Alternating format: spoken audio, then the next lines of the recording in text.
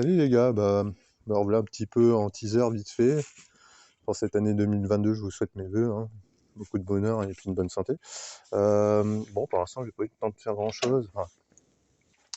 J'ai plein de projets, donc là j'ai un radiateur d'huile qui va venir sur la MX5.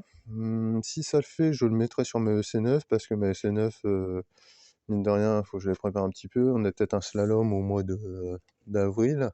Donc à voir si on est accepté, parce que vu qu'elle est rabaissée tout ça, on verra. Les normes slalom, elles sont un peu chiantes, hein. Mais bon, si MS Motorsport il passe avec ça, ça 306 avec des arbres à cam et tout, ça devrait quand même aller.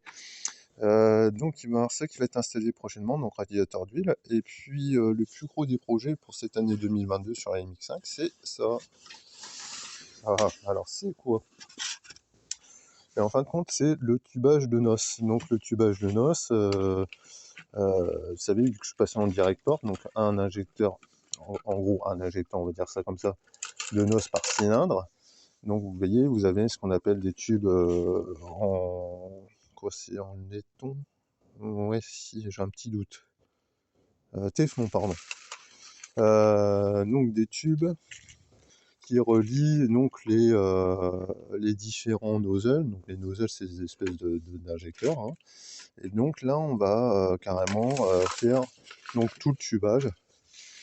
Voilà, donc j'en ai acheté du tubage. Ça, c'est du tubage de frein. Il faut savoir que le tubage de frein, ça tient, je sais plus, ça doit être 15 000 PSI. Donc ça doit faire 7000 bars. Je crois que c'est même plus que ça. Il faudra regarder si vous voulez des infos. Vous regardez Jeep Garage, ils donnent de bonnes infos pour ça.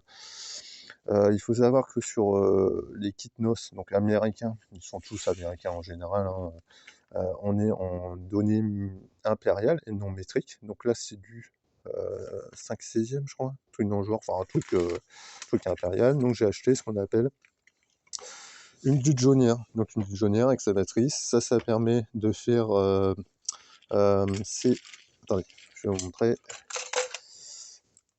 des, voilà, des attaches en double dual V, je sais plus comment ils disent exactement en américain, mais vous voyez, en fait, en France, nous, il est bombé. Et sur les trucs américains, en fait, ça fait un V, un W. Enfin, vous avez un V intérieur et un V extérieur. Et donc, pour ça, on utilise ce qu'on appelle une matrice, enfin, une dujonnière. Donc, vous mettez votre tube là-dedans. Donc là, a priori, 5... Ah, c'est 5/8e, ouais, voilà. Et avec ça, en fait, ça vient écraser un petit outil qui vient créer le V, quoi. Et c'est ce qui fait l'étanchéité. Donc ça, c'est un distributeur de noces. C'est ce qui permet, en fait, là, je les ai mis avec du scotch pour pas que la poussière rentre. Elle est où ma... Voilà. Là, vous avez votre sélénoïde, donc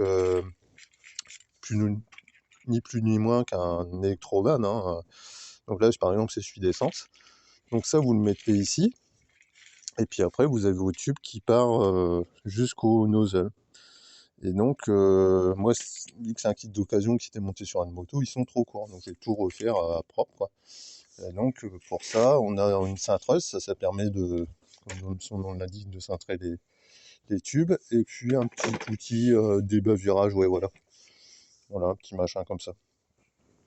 Donc, je vais essayer de tout faire moi-même, comme d'habitude. Et puis, voilà. Et je voulais vous montrer un truc, parce que j'en ai jamais parlé. J'en avais jamais parlé, c'est comment on gère la puissance sur un kit NOS.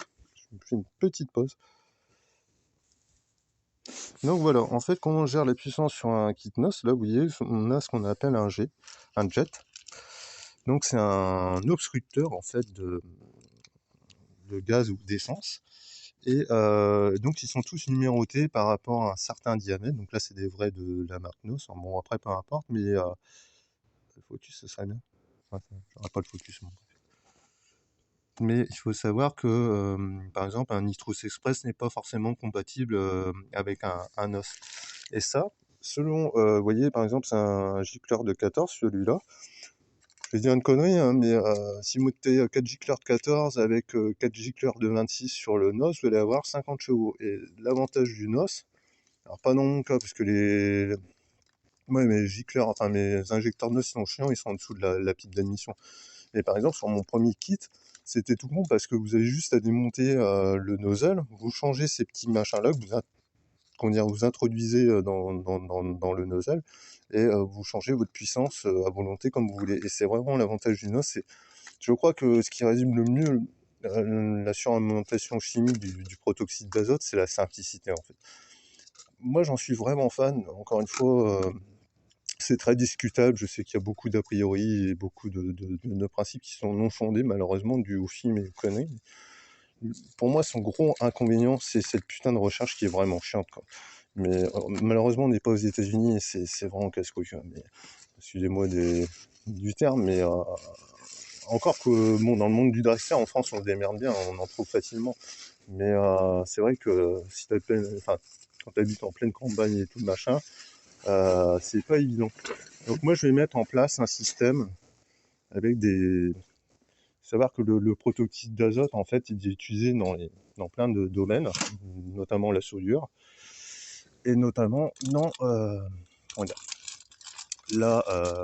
l'industrie alimentaire, puisque quand on fait de la crème chantilly, en fin de compte c'est ça, c'est du protoxyde d'azote, hein, quand on monte une chantilly avec, avec les petites bonbonnes, là, vous savez que les jeunes malheureusement ils shootent avec. On peut fumer leurs pneus plutôt que leurs poumons, mais bon. En fin de compte, c'est la même chose, sauf que lui, il est encore plus pur, il a 110 ppm, donc c'est-à-dire qu'il est plus pur que le NOS américain. Il faut savoir que le NOS américain, il a ce qu'on appelle du soufre dedans, pour éviter justement que les camés se shootent avec. Donc ils ont mis du soufre qui en fait annule cette action très hilarante en fait. Lui, par contre, le problème c'est que lui, il sent rien. Justement, enfin, c'est un problème, non, mais il paraît qu'aux États-Unis, quand tu vois des courses quand tu vois des runs, tu sais, dans la rue, là, il y a 1320 vidéos, tout. Apparemment, le NOS, ça sent vraiment l'œuf pourri à cause du soufre. Et donc, moi, je vais me faire un système de recharge moi-même. Ça va me coûter plus cher, malheureusement, comment dire, que d'aller en. Alors, il y a deux, trois pistes en France où tu peux te démerder qui sont non officieuses. Je vous donnerai, si vous êtes intéressé, je vous donnerai les noms, mais j'ai trop peur que les jeunes me fassent chier. Ça, enfin, je veux pas que les gens se shootent à ça. Enfin, ça me saoule vraiment. Mais si vraiment je vois que vous êtes intéressé, je pourrais vous donner des plans. Moi, le seul problème, c'est que ça me fait monter sur Paris et tout, ça me saoule vraiment. Donc, je préfère me fabriquer un petit système. Ça, c'est pareil, je le montrerai plus tard, mais il y a une petite. Je pense qu'il y a une possibilité, sachant que, en fait, en fin de compte, du moment que tu as une bonne pression pour recharger ta bouteille, normalement, il n'y a pas de souci. Et le NOS donc alimentaire, a priori, ça devrait fonctionner, puisqu'il est plus pur comment dire, que le NOS, enfin le NOS, le protoxyde d'azote américain.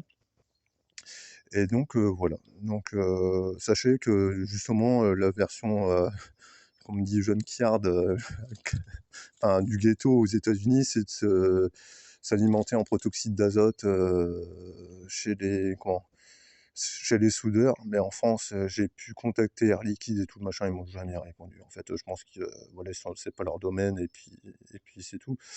Mais c'est dommage parce que, enfin, franchement, c'est top, quoi. C'est vraiment top. Et il y a beaucoup de gens qui passent à côté de ça et c'est vraiment quelque chose de con parce que, hormis cette recharge et si tu fais bien les choses, franchement, il n'y a pas de souci, quoi. Il n'y a pas de souci. Bah, sur ce, je vous dis à très bientôt et puis pour de nouvelles aventures, ça fait un peu Playmobil, mais ça va être un peu le cas, quoi. Et allez, à bientôt!